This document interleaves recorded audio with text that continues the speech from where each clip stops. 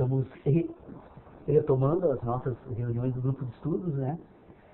E eu não sei exatamente qual que nós poderíamos... Nós estávamos na última reunião examinando novamente a questão dos juízos na filosofia. Ou quais são os processos, né? Que envolvem aquilo que nós denominamos de juízo.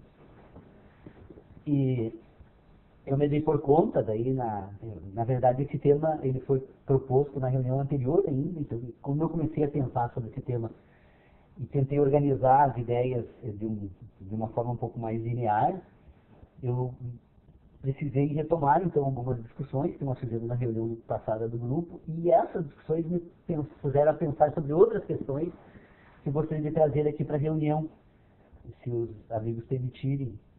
Quem entrou a porta ali deve ter percebido uma provocação ali no objetivo, né?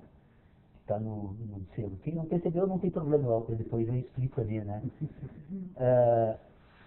O que acontece? Na reunião passada nós estamos ainda discutindo o problema do método. O Gilson, que teve talvez há um ano atrás, na última vez, provavelmente vai perceber que nós ainda não nos aventuramos a passar muito daquilo que nos levou a fazer a primeira reunião do grupo, né?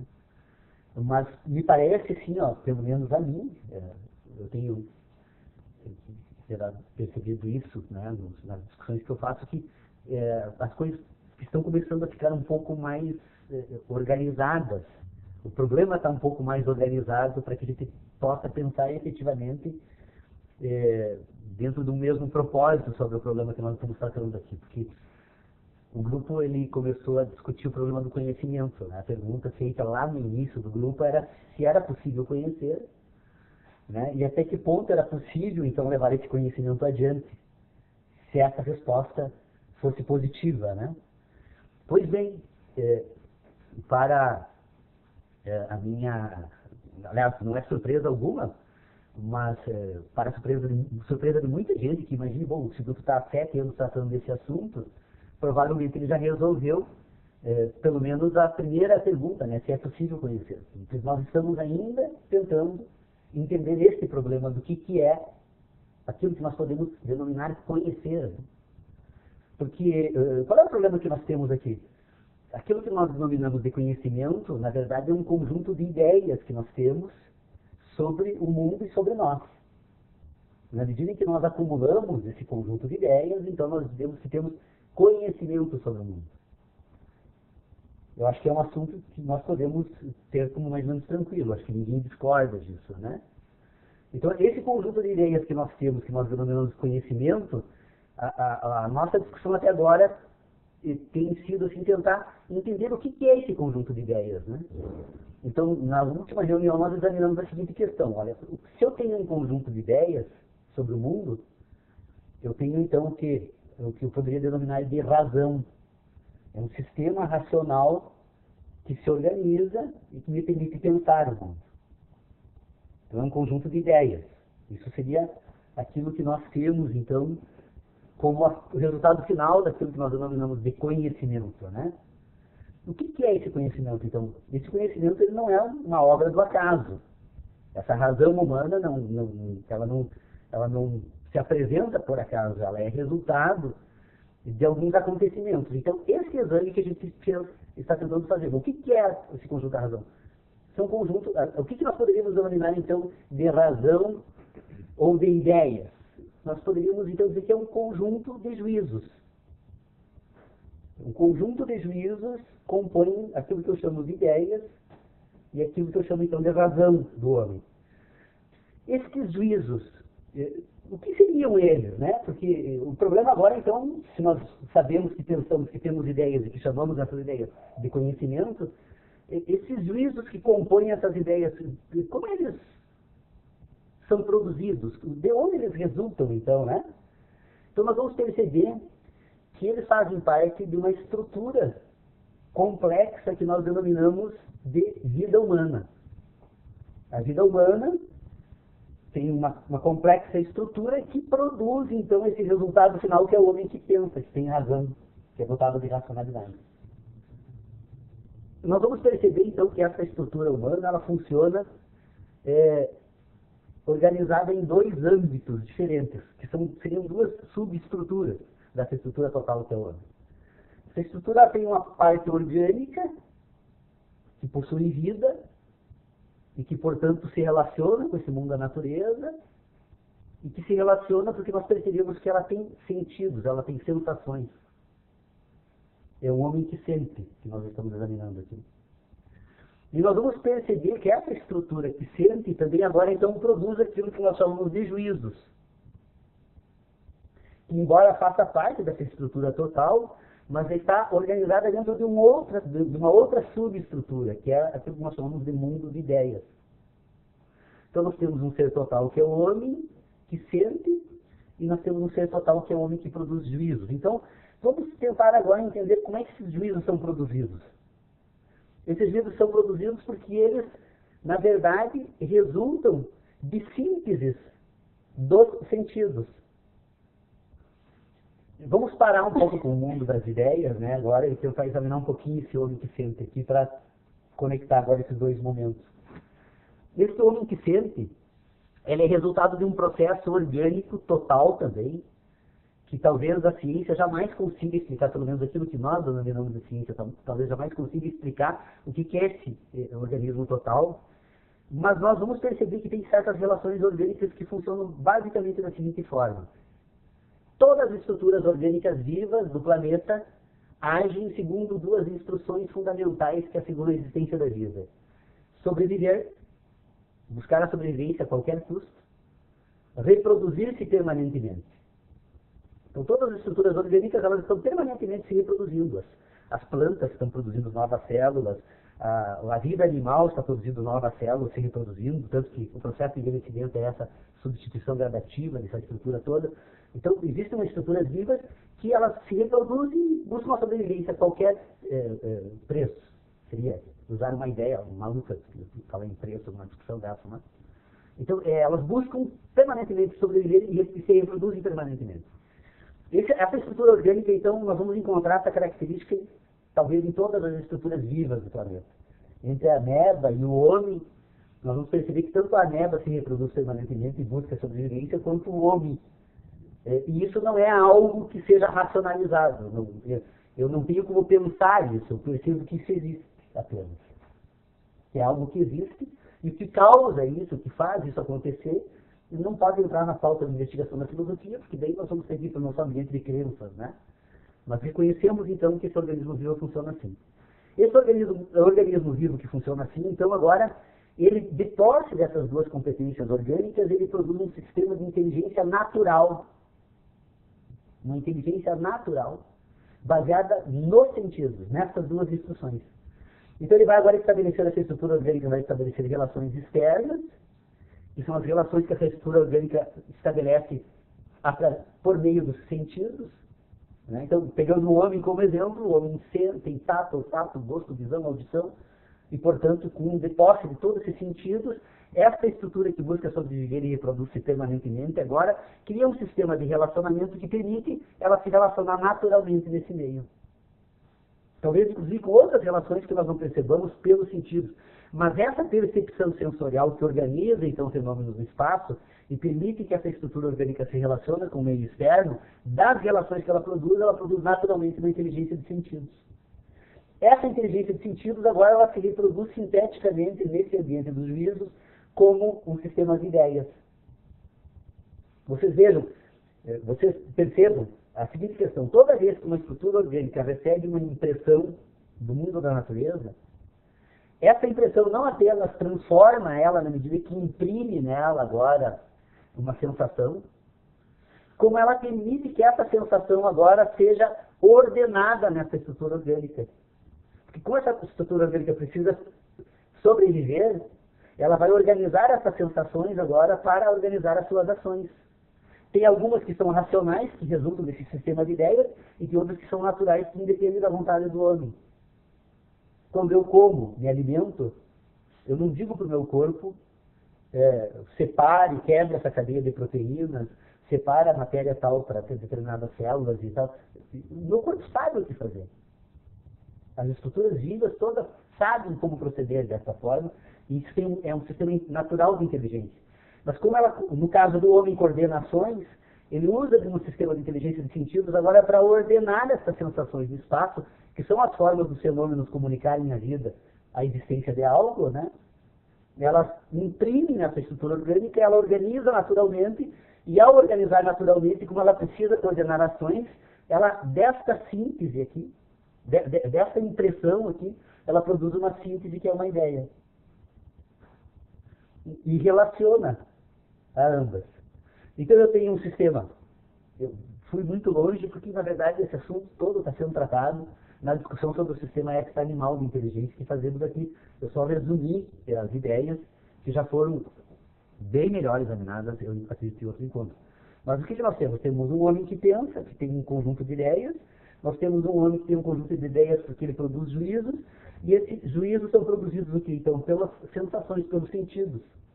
É por isso que o Kant e todos os filósofos concordam, ninguém nega esta afirmação categórica que dá base à filosofia e a toda a investigação da obra dele. Todo o nosso conhecimento tem origem com a experiência. Todo conhecimento humano tem origem na experiência. O conhecimento humano nasce da experiência. Por que o conhecimento nasce da experiência? Porque essas impressões que compõem, então, agora uma inteligência de sentidos, elas permitem ser armazenadas na memória, e da memória dessas impressões eu crio um sistema de relacionamento que são juízos.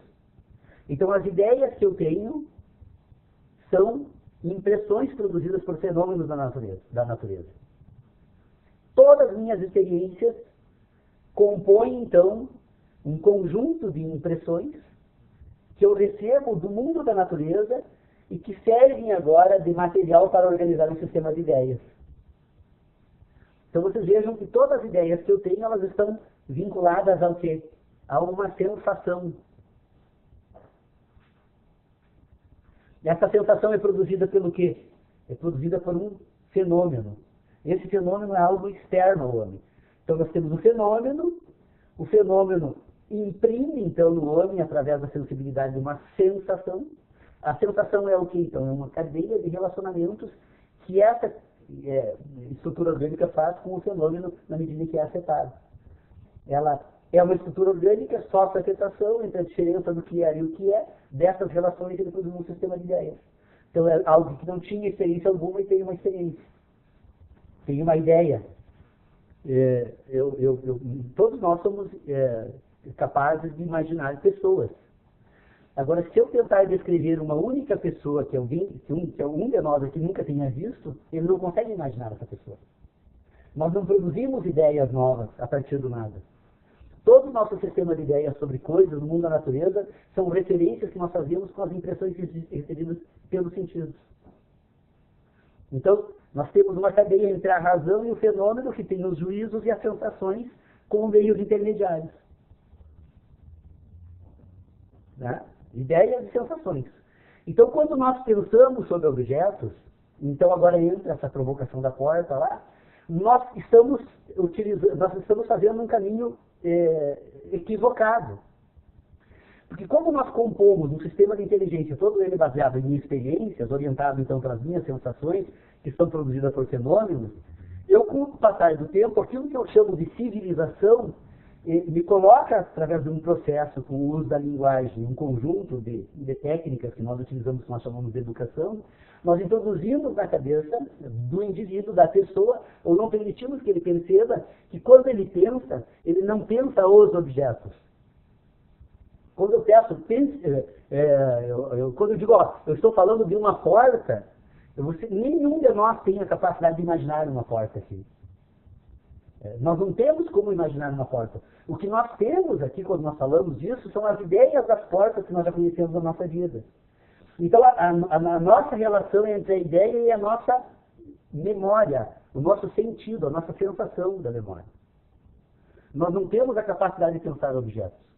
Mesmo nós que estamos nos vendo aqui agora, nós não estamos vendo pessoas aqui. Nós, na verdade, estamos voltando um sistema de inteligência que se volta para as sensações que nós recebemos e que são produzidas por essas pessoas. Essa é a razão pela qual eu posso afirmar que eu estou diante do Wilson, do Tércio, da Janaína, do Ronaldo, eu posso afirmar isso aqui, porque eu estou recebendo, através da minha visão, impressões luminosas que se propagam através da retina e que são decodificadas pelo meu cérebro. Mas a minha inteligência, as minhas ideias se voltam para essas informações do cérebro e não da pessoa que está fora.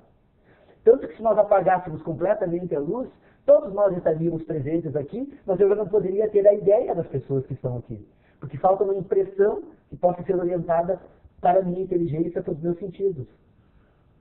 Então nós não pensamos coisas, nós não pensamos objetos, nós pensamos sensações. E quando nós pensamos sensações, então nós estamos voltando todo o nosso sistema para um sistema de juízos. E esse sistema de juízos é produzido pelos fenômenos. Então, alguém me diria, mas qual é a importância prática? Até ele, essa semana, me provocou um pouco sobre isso. Eu disse, pessoal, tudo bem, saber disso, de que me serve, né? Olha, me serve para tudo. Por quê? Porque pela primeira vez, então, nós estamos encontrando um ponto comum de partida para tentar encontrar, então, agora, um projeto filosófico que consiga separar aquilo que nós imaginamos daquilo que nós realmente recebemos pelas impressões dos nossos sentidos. Porque com o desenvolvimento cultural civilizado do homem, e com a introdução de toda uma série de sistemas de convenções e de crenças sobre aquilo, inclusive, que nós chamamos de ciência, essa pessoa que começa pensando pelos sentidos, ela deixa de se orientar pelos sentidos e passa a se orientar pela capacidade de imaginar. O que é o fanatismo? Num sistema, que nós vamos examinar num sistema de ideias. O fanatismo é aquele que constrói um sistema de ideias, que se orienta unicamente por ideias, né, e que ele se orienta por aquilo, desprezando completamente aquilo que os sentidos da natureza construíram no seu sistema de inteligência. É um divórcio completo entre a realidade e as ideias. Isso leva à loucura, né? Porque o fanatismo, dependendo... Mas são sistemas que orientam aquilo que nós chamamos de civilização. O que nós temos hoje, na verdade, no nosso sistema de inteligência, então, é um conjunto de relacionamentos. Eu frequentemente tenho trazido essa provocação na página do grupo de estudos. Pensar em relacionar. Bom, por que eu preciso...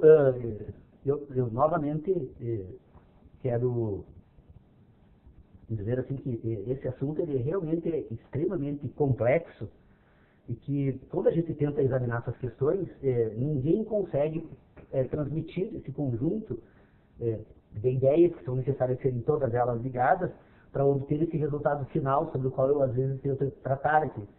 Por quê? Porque todos nós pensamos porque nós relacionamos. Se nós pensamos porque nós relacionamos, nós temos que examinar em primeiro lugar o que nós temos então nesse sistema de relacionamentos para saber quais são os sistemas que podem nos servir de guia confiável e qual desses sistemas que pode ser colocado sobre dúvida.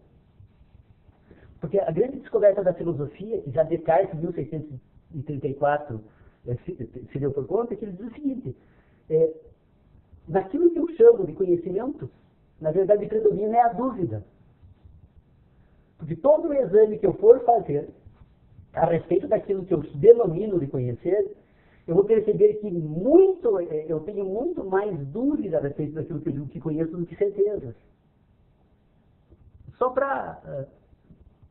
quando eu falo de um objeto, aquele objeto de madeira que se encontra à minha frente aqui, que tem a forma de uma onça, que foi um produto manual, eu denomino ele de madeira, eu denomino ele de estatueta, eu denomino ele de decoração, eu denomino de várias coisas. Mas se vocês continuarem me fazendo perguntas a respeito do objeto, eu vou perceber que tem uma complexa estrutura molecular aqui presente que eu não consigo descrever corretamente. Os processos físicos e químicos que produzem esse objeto que eu denomino conhecimento de uma estatueta de uma madeira. Qualquer tema que nós formos examinar, sob o ponto de vista daquilo que nós chamamos de ciência, nós vamos perceber que aquilo que nós denominamos de ciência, na verdade, é uma ordenação de um sistema de ideias que nós temos sobre a natureza. E que boa parte daquilo que nós chamamos de irrefutável são dúvidas. Ao ponto de eu não conseguir descrever com toda a profundidade, ou com todas as explicações que poderiam ser cobradas, um objeto como um pedaço de madeira. Bom, mas a madeira ainda está aqui, presente, para que eu possa fazer uso de uma série de sentidos para que ela possa ser avaliada. Mas imagina quando o homem agora se volta a falar sobre fenômenos da natureza, que estão distantes como as estrelas, por exemplo. Ora, a estrela polar está da Terra a 230 anos-luz. Ou seja, quando eu digo que estou vendo a estrela polar, eu na verdade estou recebendo informações luminosas da estrela polar que havia naquele ponto do universo em 1783. Porque ela precisou de 230 mil anos, essa luz da estrela, para viajar ao espaço e chegar na minha retina, ser decifrada por um sistema de estrutura lógica que a minha retina produz, que permite então produzir uma imagem da estrela na minha inteligência, que eu chamo de cérebro, ou de cérebro que eu chamo de inteligência. Que não é, o cérebro não é apenas uma parte da inteligência humana do cérebro. Então vocês vejam que entre esse objeto que está na minha frente e a estrela, se eu for tentar examinar as sensações que eu recebo de ambos, eu preciso, em primeiro lugar, considerar a distância. Eu já não posso ter certeza que a estrela existe. Porque se ela existia em 1784, eu só posso afirmar com certeza que ela existe ainda hoje se eu viver esses 230 anos. Porque é o tempo que será necessário para que a luz da estrela chegue até a minha retina. Bom, a filosofia, quando descobriu isso, disse, bom, então, se nós não temos certezas, se a filosofia não pode afirmar a existência de certezas, então não tem trabalho algum a ser feito no âmbito da filosofia. Então, essa é a questão que eu gostaria de colocar. É necessário, então, fazer um exame a respeito da nossa capacidade de pensar para verificar o seguinte. É possível, então, dentro daquilo que nós denominamos de conhecimento, afirmar a existência de certezas?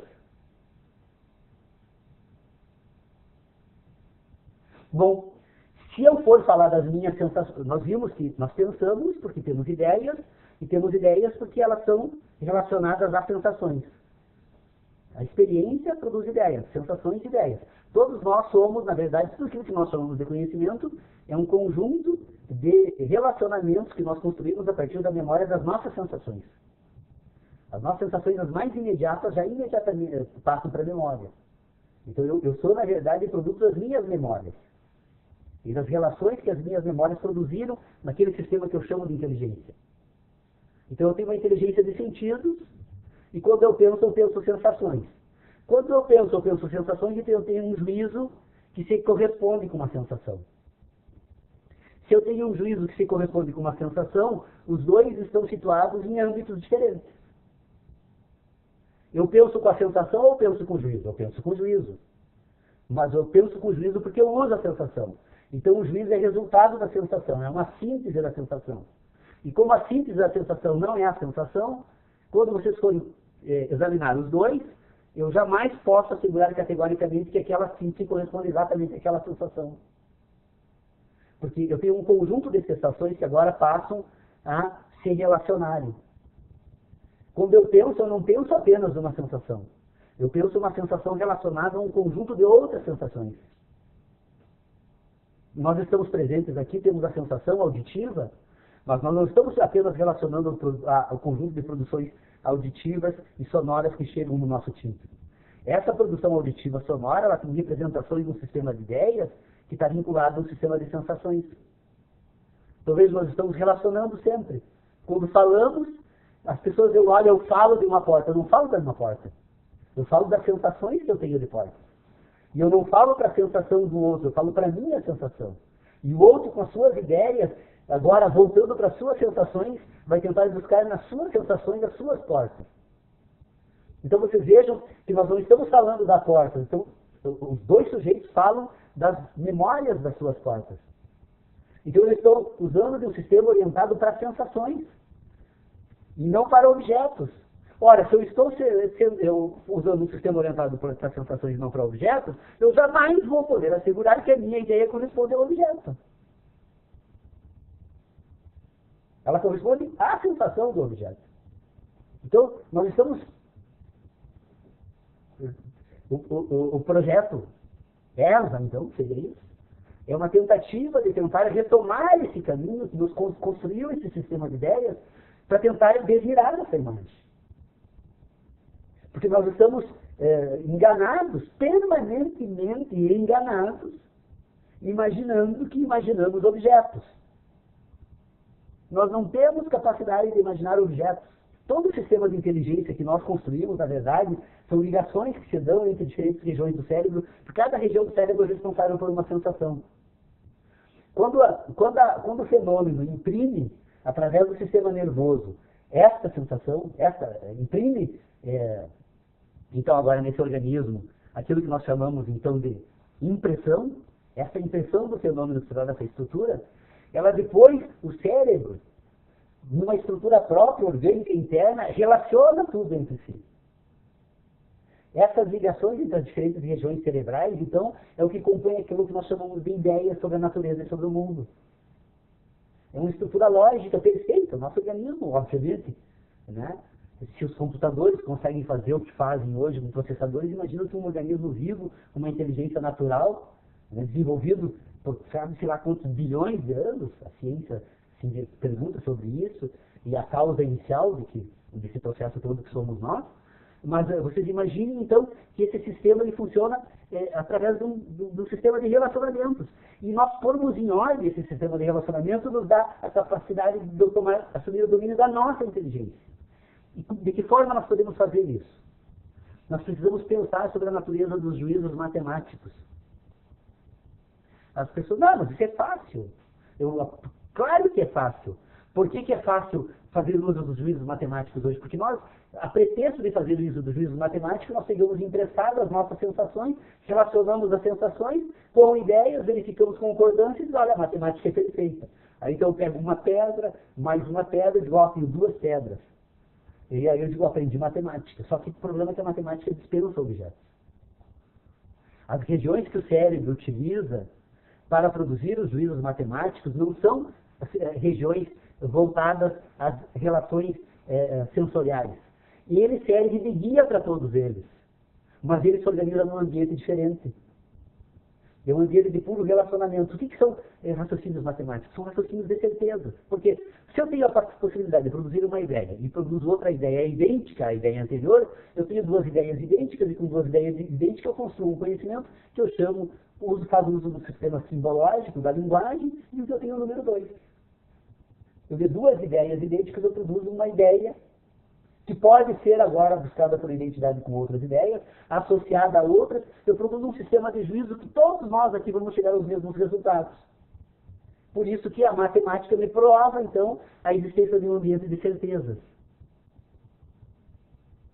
Se eu tenho um ambiente de certezas, que eu posso dizer, então, a filosofia pode responder, olha, é possível conhecer. Primeira resposta. Até que ponto é possível conhecer? Quando eu vou para o mundo da natureza, praticamente eu consigo relacionar um conjunto de sensações, mas eu jamais consigo ter certeza das sensações se eu for examinar essas sensações com outros indivíduos nesse ambiente. Todos nós vamos estar sempre tratando de sensações diferentes, porque cada um é produtor individual das suas sensações. E como cada indivíduo se relaciona em ambientes diferentes, o resultado final desse indivíduo é um indivíduo diferente dos demais indivíduos. Porque ele é um produto fenomênico diferenciado. Só o fato de vivermos em espaços geográficos distintos, com pessoas diferentes, consumindo alimentos diferentes, tendo hábitos diferentes, nos produz diferentes. E, portanto, se nós formos comparar agora as nossas sensações, nenhum de nós vai apresentar as mesmas sensações para ser usado, então, agora num sistema de inteligência que possa servir de guia a todos nós. Bom, se eu não consigo usar um sistema de inteligência idêntico de todos os indivíduos, eu pelo menos preciso pôr em ordem esse sistema. Porque ele é caótico.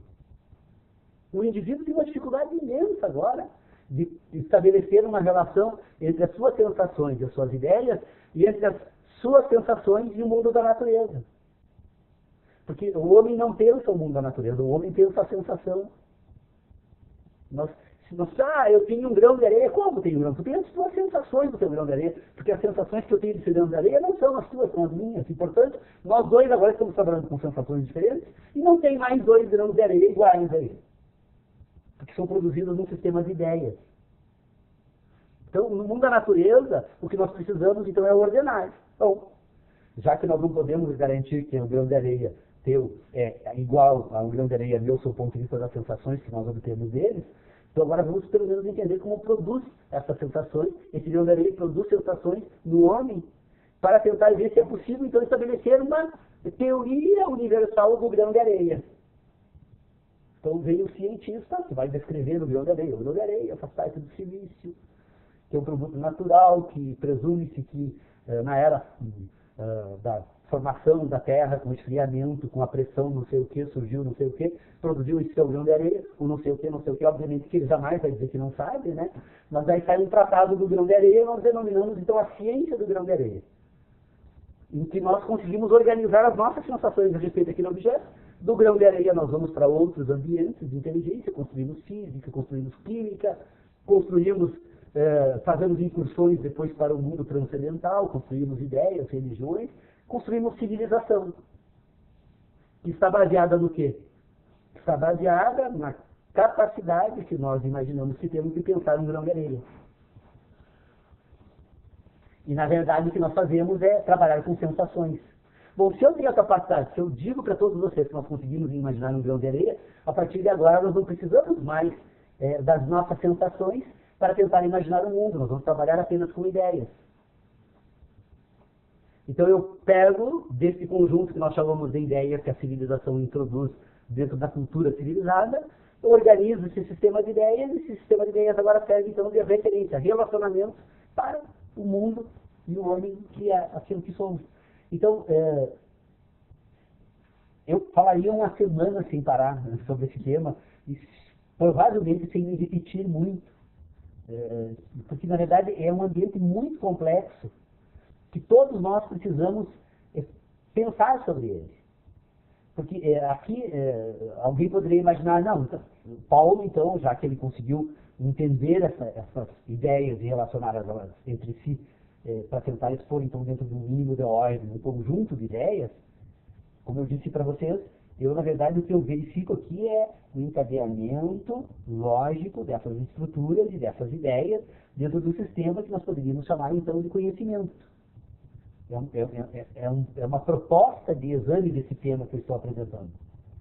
Eu jamais pensei ou imaginei que pudesse fazer o que alguém aqui pudesse também fazer, e agora desvendar completamente os problemas da natureza, do mundo e do universo. Acho que isso são questões que nós temos que deixar fora da nossa pauta, mas tentar descobrir de que forma pensamos. É essa a provocação. E cada um de nós precisa fazer isso de forma individual.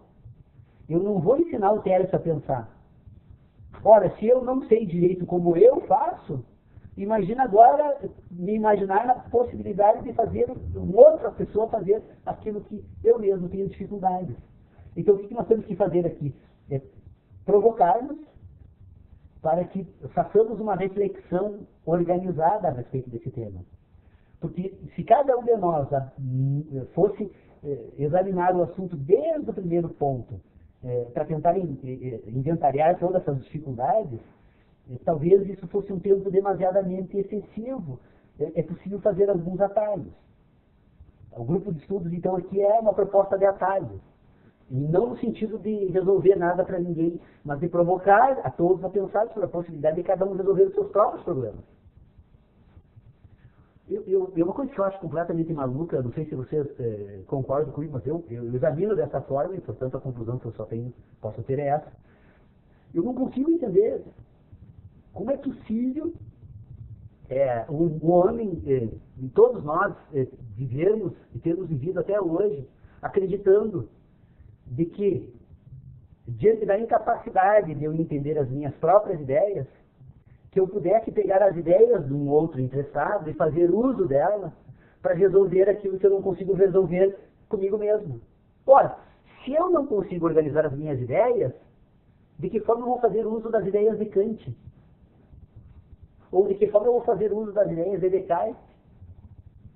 O que eu posso fazer é tentar refletir a respeito dos mesmos problemas que eles refletiram.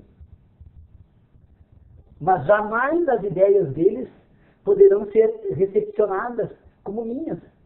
O que eu posso é decorar algumas frases deles, algumas expressões, e aí sair reproduzindo isso, como se isso fosse um sistema de ideias. se é orientado por convencimento, para construir um sistema de crenças, que nós podemos chamar de a sociologia, todas as áreas do conhecimento humano está tomada, né, de pessoas que, a pretexto de dizer que estão filosofando, na verdade estão pregando coisas, né? E isso é, em todas as áreas onde participou, o homem, ele age assim. Mas o que eu quero dizer é o seguinte, que eu só posso fazer uso das minhas ideias. Então a função dos demais filósofos, ou da filosofia, é me provocar a organizar as minhas ideias. Porque se eu não sei usar as minhas, como é que eu vou usar do outro? Não é à toa que Descartes, o discurso sobre o método é uma obra interessantíssima, eu aconselharia refletir sobre a temática abordada por Descartes, porque aquilo que nós estamos recebendo como conhecimento acumulado da filosofia, aquilo que eu organizei das ideias, não me parece exatamente adequado. Primeiro, o Descartes ele faz um alerta nesse discurso do método, ele diz o seguinte, ele diz que depois de ouvir as pessoas falarem sobre aquilo que ele falou a vida toda, que segundo ele teriam entendido as ideias dele, então depois de ouvir essas pessoas que entenderam o Descartes na própria época de Descartes, ele faz o seguinte ele diz assim, por isso peço aos meus descendentes aqui, que jamais acreditem em algo que tenha sido divulgado, que eu tenha sido divulgado, sem que eu tenha feito isso pessoalmente. Que nós não acreditássemos em nada que tivesse dito o que ele disse, sem que ele mesmo tivesse dito. Ele faz esse apelo no discurso sobre o método. E realmente, eu peguei o discurso sobre o método, levei uns 30 dias lendo, relendo, voltando e reexaminando algumas questões. A primeira questão que eu me dei por conta é que nós temos uma tradução absolutamente inadequada para o propósito do Descartes. Pegar em qualquer tradução do discurso sobre o método, diz o seguinte, todo ser humano se sente suficientemente provido de bom senso ao ponto de jamais imaginar necessidade de pegar emprestado com alguém. Essa é a tradução que nós temos. O que quer dizer Descartes? Todo ser humano se sente suficientemente provido da capacidade de entender as coisas, ao ponto de não imaginar se é necessário pegar emprestado de alguém. O Descartes não estava falando, porque o bom senso, a tradução bom senso, mesmo entre os antigos já tinha um sentido diferente. O que o Descartes estava falando, expressando enquanto ideia era isso. Todos nós imaginamos que somos suficientemente capazes de pensar, ao ponto de que jamais pensamos pegar a capacidade de pensar do outro emprestado. Eu pego a minha. Só que quando eu vou para a filosofia, hoje, a filosofia de hoje, ela joga fora a capacidade de pensar e pega emprestada do outro.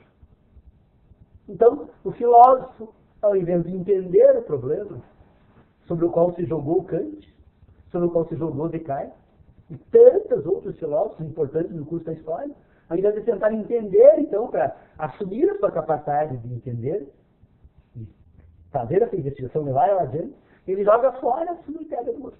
Descartes estava enganado. Pelo menos o homem de hoje, ele não se sente suficientemente provido dessa capacidade. Ao ponto de que ele aprende, desde que nasce, a jogar fora a capacidade de pensar e sempre pegar emprestada de alguém. O papel da escola tem sido esse. Essa é a razão pela qual o nosso sistema educacional fracassou. Porque ao invés de nós ensinarmos as nossas pessoas, crianças e todas aqueles que estamos educando a fazer uso do sistema de inteligência, a primeira coisa que convencemos eles que eles não têm capacidade de fazer uso. Então, começamos a trazer a eles um monte de inteligência emprestada. E o sol, como é que funciona? Meu filho, só um pouquinho, deixa ele lá fora. Olha um papel aqui, foi alguém. Aí, em vez de eu examinar, por exemplo, a astronomia, tentando entender o posicionamento dos astros em relação à Terra, para examinar o problema do movimento, e nós temos um problema terrível, né? Nós imaginamos que estamos todos parados nessa sala, mas eu descobri que essa sala, a Terra está se movendo em torno do próprio eixo a 1.640 km por hora. Então, no mínimo, se eu for examinar, eu digo, pera, está parado para quem, né? Está parado para nós que estamos aqui nessa sala, porque se estivéssemos num outro astro, nós estaríamos percebendo que está todo mundo se movendo e de forma muito rápida. Mas isso não é nada. Se eu levar em consideração que a Terra agora está fazendo um giro orbital em torno do Sol, ela está viajando a 108 mil km por hora em torno do Sol. E eu quero que a criança aprenda toda essa complexidade, ao invés de olhar para os astros dentro de uma folha de papel, dentro de uma sala de aula. afasta do mundo da natureza, separa o mundo dos sentidos do mundo das ideias, e aí você produz um ser que é o que nós temos hoje. Se tu for examinar as questões mais simples que dizem respeito, né, a posições e relacionamentos lógicos que nós utilizamos para pensar, porque a nossa estrutura orgânica ela faz uso do sistema natural do inteligente, que é uma estrutura lógica, que é construída organicamente, e que nos faz aquilo que somos. E nós entendermos como isso funciona, é uma coisa fundamental. E isso é aprender a pensar. Pensar em entender como relacionamos, para poder relacionar em ordem. E para podermos relacionar em ordem, então é necessário desvirarmos esse espelho que nos engana. Porque nós estamos agindo como poderíamos usar um exemplo, obviamente que absurdo, pela grosseria das diferenças, né? Estamos tratando de coisas diferentes, mas só para tentar refletir sobre isso, como nós olhamos no espelho, a forma pela qual nós usamos a nossa inteligência hoje faz com que nós estivéssemos nos orientando pelo espelho, pelo aquilo que está dentro do espelho, e não por aquilo que está produzindo a sensação no espelho. Ela se apresenta de forma invertida. Porque eu imagino que estou olhando para fora, estou me relacionando pelo objeto, quando na verdade eu me relaciono pela sensação do objeto. E isso é uma inversão de ótica, de como eu trato. Porque se eu estou tratando de sensações, eu agora preciso estabelecer relações entre a sensação e o indivíduo. Por que eu levantei esse problema do movimento da Terra em torno do eixo, em torno do Sol? Porque se eu for agora examinar, não imaginando que eu imagino a Terra, mas agora as relações entre a sensação e o indivíduo, na medida que eu tirar o indivíduo de dentro da Terra e colocar para fora, a relação entre a sensação e o objeto são completamente diferentes, ele vai ter que considerar outros fatores. Então, na verdade, o que nós temos? Nós temos uma relação entre o fenômeno e a sensação. E entre a sensação e a ideia da sensação. E quando nós tratamos na área daquilo que nós chamamos de conhecimento, nós estamos tratando da ideia da sensação e não da ideia do objeto. Então, se você tem a ideia da sensação e não a ideia do objeto, tu tem aquele que sente. Então, tu tem que colocar aquele que sente relacionado com o universo. E como aquele que sente relacionado ao universo ocupa espaço diferente dos demais indivíduos, nenhum sente da mesma forma. Porque as relações são distintas. Perceberam isso? A necessidade de separar aquilo que nós sentimos daquilo que afeta os nossos sentidos e daquilo que produz ideias. Porque a razão, que é o resultado final desse processo tudo, é a nossa guia. Se nós temos um sistema racional como guia, eu preciso agora entender como esse sistema racional funciona. Para entender como esse sistema racional funciona, eu preciso entender como eu produzo juízos. Para entender como eu produzo juízos, eu tenho que reconhecer que eles são produzidos por sensações. Se eu reconheço que eles são produzidos por sensações, eu tenho a sensação, então, como intermediária entre o juízo e aquilo que produz a sensação, que é o fenômeno. Só que quando eu relaciono a ideia, eu relaciono com o fenômeno. Eu imagino que relaciono com o fenômeno, quando na verdade eu estou relacionando com a sensação do fenômeno. Entre o fenômeno e a sensação do fenômeno, então tem agora a necessidade de estabelecer os critérios de natureza física. A capacidade física, então agora o homem que sente e que é afetado por fenômeno, estão em espaços diferentes. E a sensação e o fenômeno são produzidas por meios diferentes. Se eu for examinar agora as sensações, eu vou perceber que tem algumas que são orgânicas e tem algumas que são lógicas, que embora fazendo uso da estrutura orgânica, se comunica diretamente com o sistema de ideias. Vocês vejam, por exemplo, enquanto que a audição, eu recebo vibrações de moléculas, de partículas no meu tímpano, enquanto que o tato, eu recebo impressões diretamente do meu corpo, o olfato diretamente pelas minhas narinas, pelas glândulas que realizam esses processos, o gosto da mesma forma, a visão não. A visão, ela chega no meu sistema de inteligência de uma forma diferente e ela se propaga através de raios de luzes. Então, tudo aquilo que eu chamo de ideias que eu construo do mundo através da visão, não são nada mais, nada menos do que diferentes comprimentos de ondas que são decodificadas pela minha retina E que ao decodificar pela minha retina, essas ondas são organizadas, então, agora por formas e cores. Da ordenação das formas e cores que a minha retina faz, eu produzo dentro do meu cérebro aquilo que eu chamo de imagem visual do mundo da natureza. E não é nada mais, nada menos do que uma produção, como nós fazemos com películas fotográficas e tantos outros meios. O corpo tem essa capacidade de ordenar agora, dentro do cérebro, aquilo que ele vai, esses diferentes comprimentos de ondas, e vai compor um sistema de memória de comprimentos de ondas. E depois eu posso fazer uso dessa memória, relacionando entre elas essas ideias, e relacionando agora essas ideias que eu construo através da retina, por diferentes comprimentos de ondas que me permitem pensar cores e formas, eu agora relaciono isso com as demais sensações do tato, do olfato, do gosto. Então eu construo um sistema lógico que usa a visão como intermediária na ordenação daquilo que nós chamamos de mundo.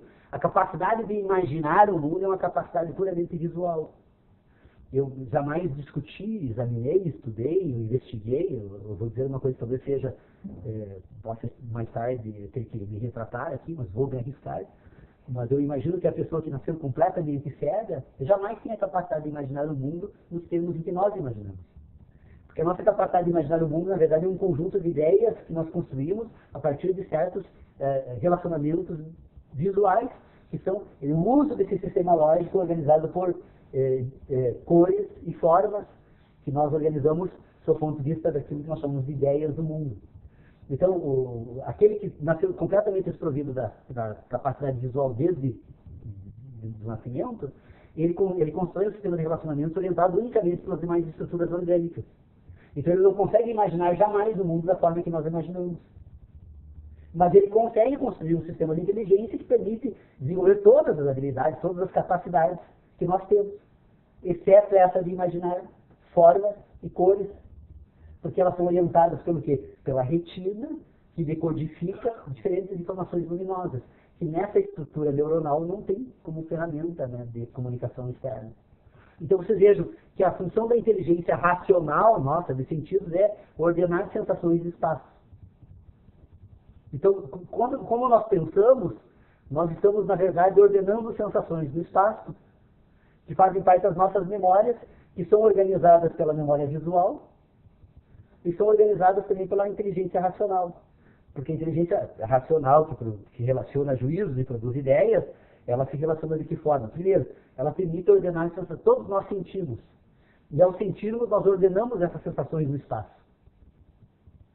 E da ordem que nós damos dessas sensações do espaço, relacionada então às nossas sensações, nós construímos a capacidade de pensar o mundo. Então nós imaginamos o mundo ordenando sensações do espaço. Ordenar a inteligência é ordenar sensações do espaço. Óbvio que se nós formos depois voltar para o sistema extra-animal de inteligência, nós teríamos meios extraordinários. Por exemplo, essa questão de encontrar uma estrutura que nós chamamos de inteligência de sentidos, isso não é um assunto novo. A psicologia já trata desse assunto, sei lá quantos anos, mas quando descobriu a existência do inconsciente. Né? O que é o inconsciente do ser humano, do indivíduo? O inconsciente do indivíduo não é nada mais, nada menos do que a inteligência de sentidos, né, na sua totalidade. Porque nem toda a inteligência de sentidos é ordenada pela inteligência racional. A inteligência racional é desenvolvida com o tempo. O ser humano não nasce dotado de racionalidade imediata. Essa racionalidade é desenvolvida pelos sentidos. Na medida que esse indivíduo se constitui enquanto estrutura orgânica da fecundação, né, entre o óvulo e o espermatozoide, nasce uma estrutura viva que já inicia um processo de seguir esses dois comandos. Sobreviver a qualquer custo e reproduzir-se permanentemente. A estrutura orgânica, então, ela tem determinadas instruções que permitem ser o que somos e que todos os seres vivos são, cada um nas suas particularidades. Ela vai cumprindo com essas instruções e a capacidade racional surge no curso do desenvolvimento desse processo. Mas a de sentidos não. A inteligência de sentidos ela é ordenada desde sempre. Porque é a referência que essa estrutura orgânica tem com o meio exterior para organizar o seu desenvolvimento relacionado a esse meio. Porque os seres vivos são vivos porque se relacionam naturalmente com a natureza, essas relações naturais é que asseguram a existência da vida, né? Obviamente que depois tem intervenções da ação, como o homem, mas há uma estrutura natural. Então vocês vejam, essa estrutura viva, a capacidade racional, ela vai ser desenvolvida num determinado período.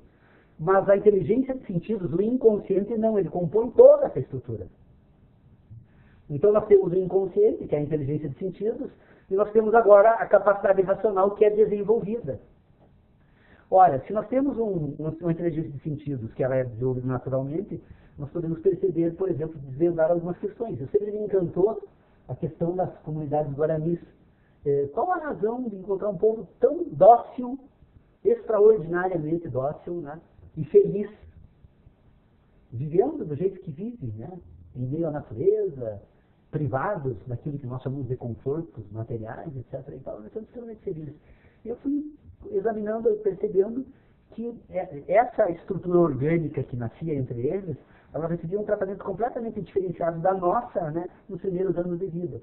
Que é o fato, como eles não têm berço nem camas, né, os mais antigos, hoje mudou bastante, né, até que ponto é válido ainda na totalidade que eu vou dizer, mas o fato da família Guarani manter a criança permanentemente no colo de um adulto até ela aprender a caminhar, até fazer uso das próprias pernas, construía um sistema de inteligência, um inconsciente, vamos chamar assim, então, uma inteligência de sentidos assim, tão afetuosa com os demais indivíduos do grupo, assim, que era impressionante como eles se dão bem, como eles convivem bem, como eles têm essa capacidade de conviver corporalmente bem.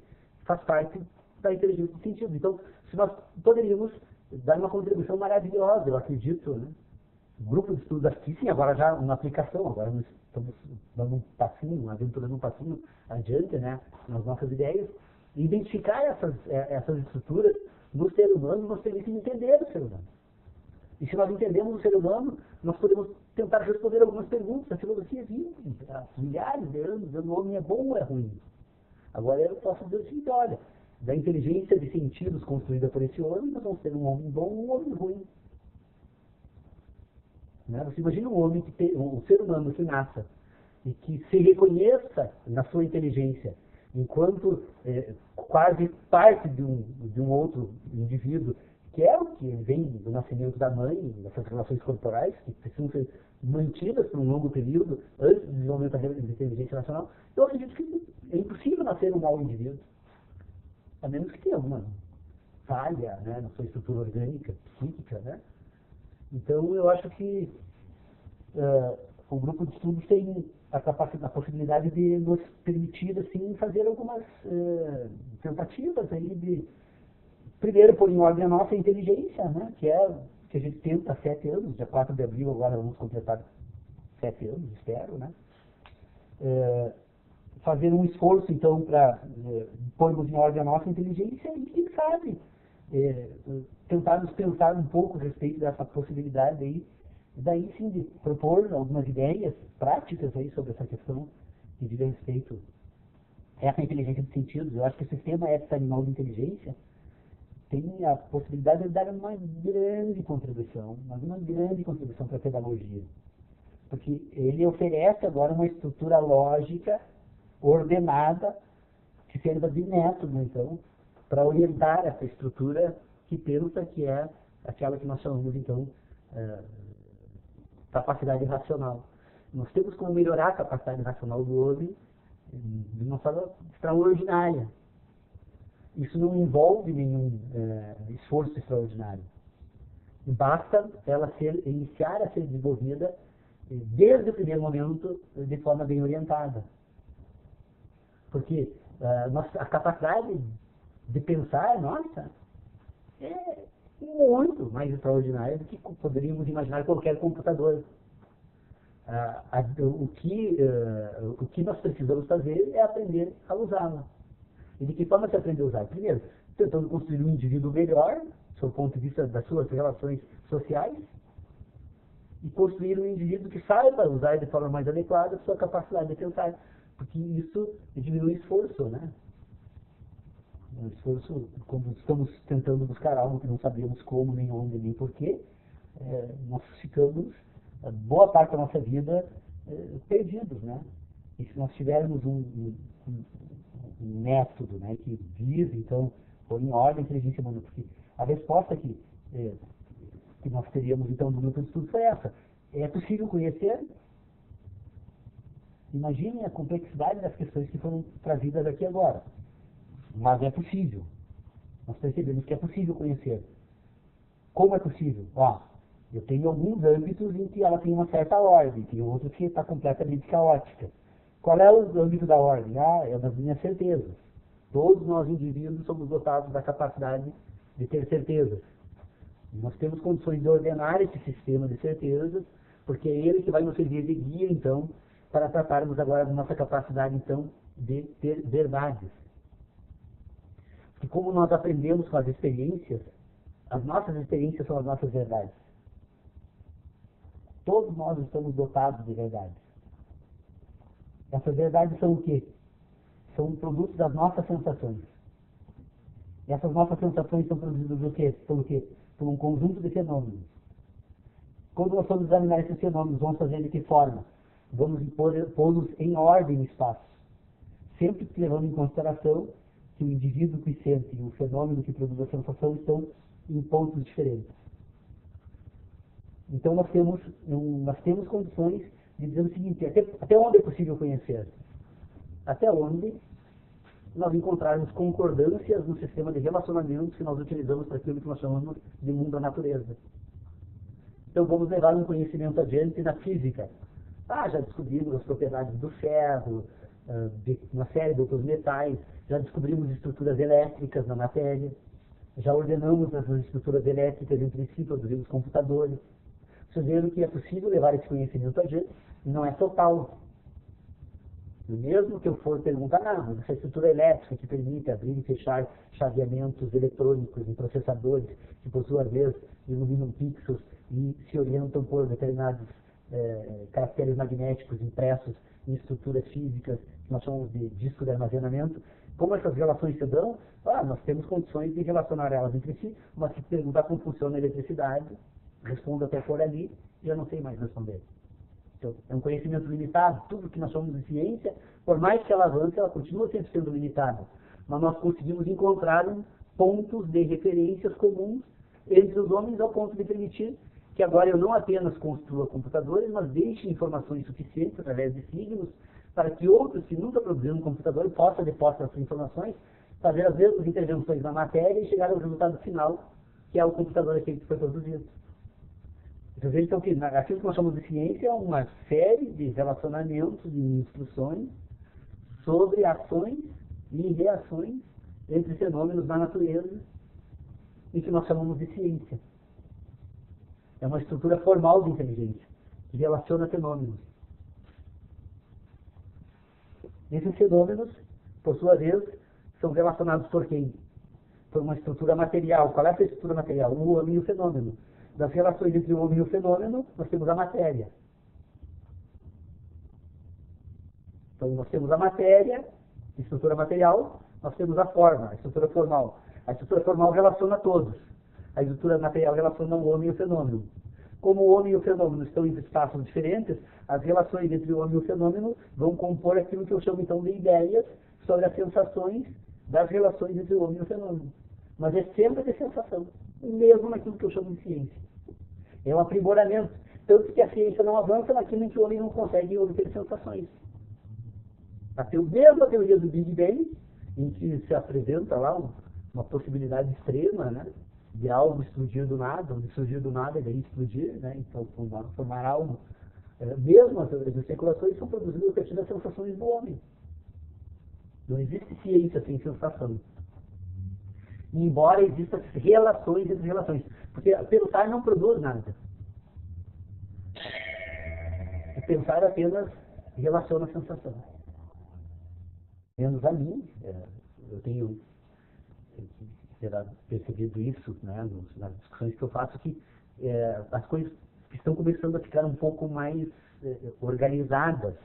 O problema está um pouco mais organizado para que a gente possa pensar efetivamente dentro do mesmo propósito sobre o problema que nós estamos tratando aqui. Porque o grupo ele começou a discutir o problema do conhecimento. Né? A pergunta feita lá no início do grupo era se era possível conhecer, né? E até que ponto era possível, então, levar esse conhecimento adiante, se essa resposta fosse positiva, né?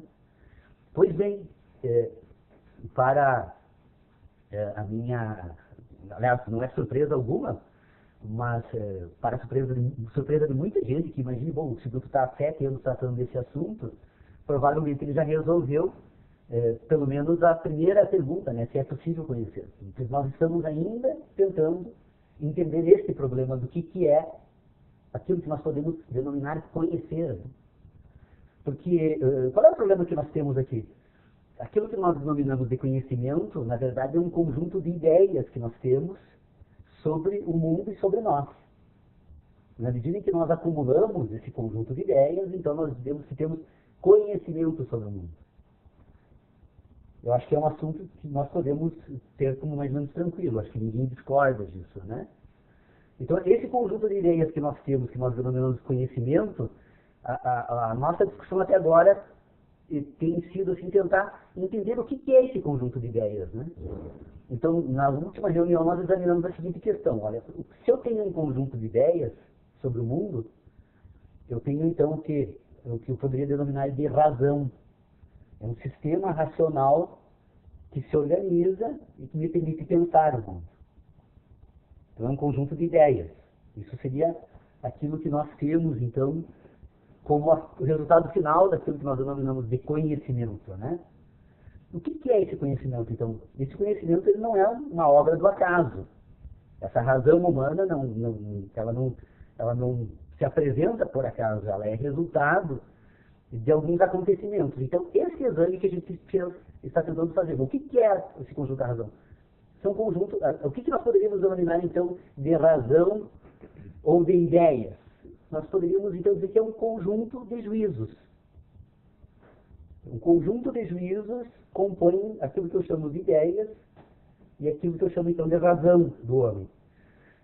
Esses juízos, o que seriam eles, né? Porque o problema agora, então, se nós sabemos que pensamos que temos ideias e que chamamos essas ideias de conhecimento, esses juízos que compõem essas ideias, como eles são produzidos? De onde eles resultam, então, né? Então, nós vamos perceber que eles fazem parte de uma estrutura complexa que nós denominamos de vida humana. A vida humana tem uma complexa estrutura.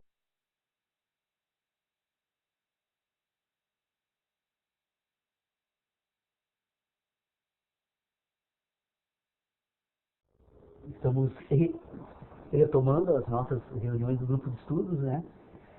E eu não sei exatamente qual que nós poderíamos... Nós estávamos na última reunião examinando novamente a questão dos juízos na filosofia. Ou quais são os processos, né? Que envolvem aquilo que nós denominamos de juízo.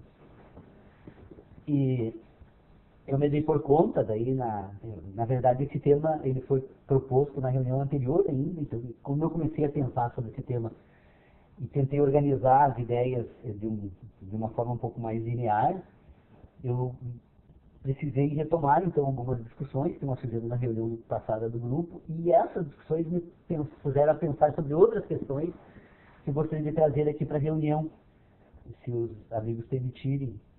Quem entrou a porta ali deve ter percebido uma provocação ali no objetivo, né? Está no selo. Quem não percebeu não tem problema, depois eu explico ali, né? O que acontece? Na reunião passada, nós estamos ainda discutindo o problema do método. O Gilson, que teve talvez há um ano atrás, na última vez, provavelmente vai perceber que nós ainda não nos aventuramos a passar muito daquilo que nos levou a fazer a primeira reunião do grupo, né? Mas me parece assim, que produz então esse resultado final, que é o homem que pensa, que tem razão, que é dotado de racionalidade. Nós vamos perceber então que essa estrutura humana ela funciona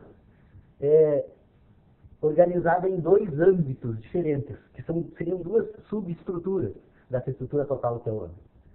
Essa estrutura tem uma parte orgânica, que possui vida, e que, portanto, se relaciona com esse mundo da natureza, e que se relaciona porque nós percebemos que ela tem sentidos, ela tem sensações. É um homem que sente, que nós estamos examinando aqui. E nós vamos perceber que essa estrutura que sente também agora então produz aquilo que nós chamamos de juízos. Que, embora faça parte dessa estrutura total, mas está organizada dentro de uma outra subestrutura, que é aquilo que nós chamamos de mundo de ideias. Então nós temos um ser total que é o homem que sente, e nós temos um ser total que é o homem que produz juízos. Então, vamos tentar agora entender como é que esses juízos são produzidos. Esses juízos são produzidos porque eles, na verdade, resultam de sínteses dos sentidos. Vamos parar um pouco com o mundo das ideias, né, agora, e tentar examinar um pouquinho esse homem que sente aqui para conectar agora esses dois momentos. Esse homem que sente, ele é resultado de um processo orgânico total também, que talvez a ciência jamais consiga explicar, pelo menos aquilo que nós denominamos de ciência, talvez jamais consiga explicar o que é esse organismo total, mas nós vamos perceber que tem certas relações orgânicas que funcionam basicamente da seguinte forma. Todas as estruturas orgânicas vivas do planeta agem segundo duas instruções fundamentais que asseguram a existência da vida. Sobreviver, buscar a sobrevivência a qualquer custo, reproduzir-se permanentemente. Então todas as estruturas orgânicas elas estão permanentemente se reproduzindo. As plantas estão produzindo novas células, a vida animal está produzindo novas células, se reproduzindo, tanto que o processo de envelhecimento é essa substituição gradativa dessa estrutura toda. Então existem estruturas vivas que elas se reproduzem e buscam a sobrevivência a qualquer preço. Seria usar uma ideia maluca, falar em preço, uma discussão dessa, né? Então elas buscam permanentemente sobreviver e se reproduzem permanentemente. Essa estrutura orgânica, então, nós vamos encontrar essa característica, talvez, em todas as estruturas vivas do planeta. Entre a ameba e o homem, nós vamos perceber que tanto a ameba se reproduz permanentemente e busca sobrevivência, quanto o homem.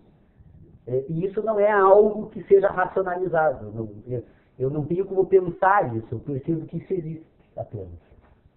É algo que existe, e o que causa isso, o que faz isso acontecer, não pode entrar na pauta de investigação da filosofia, porque daí nós vamos seguir para o nosso ambiente de crenças, né? Mas reconhecemos então que esse organismo vivo funciona assim. Esse organismo vivo que funciona assim, então agora, ele, de posse dessas duas competências orgânicas, ele produz um sistema de inteligência natural. Uma inteligência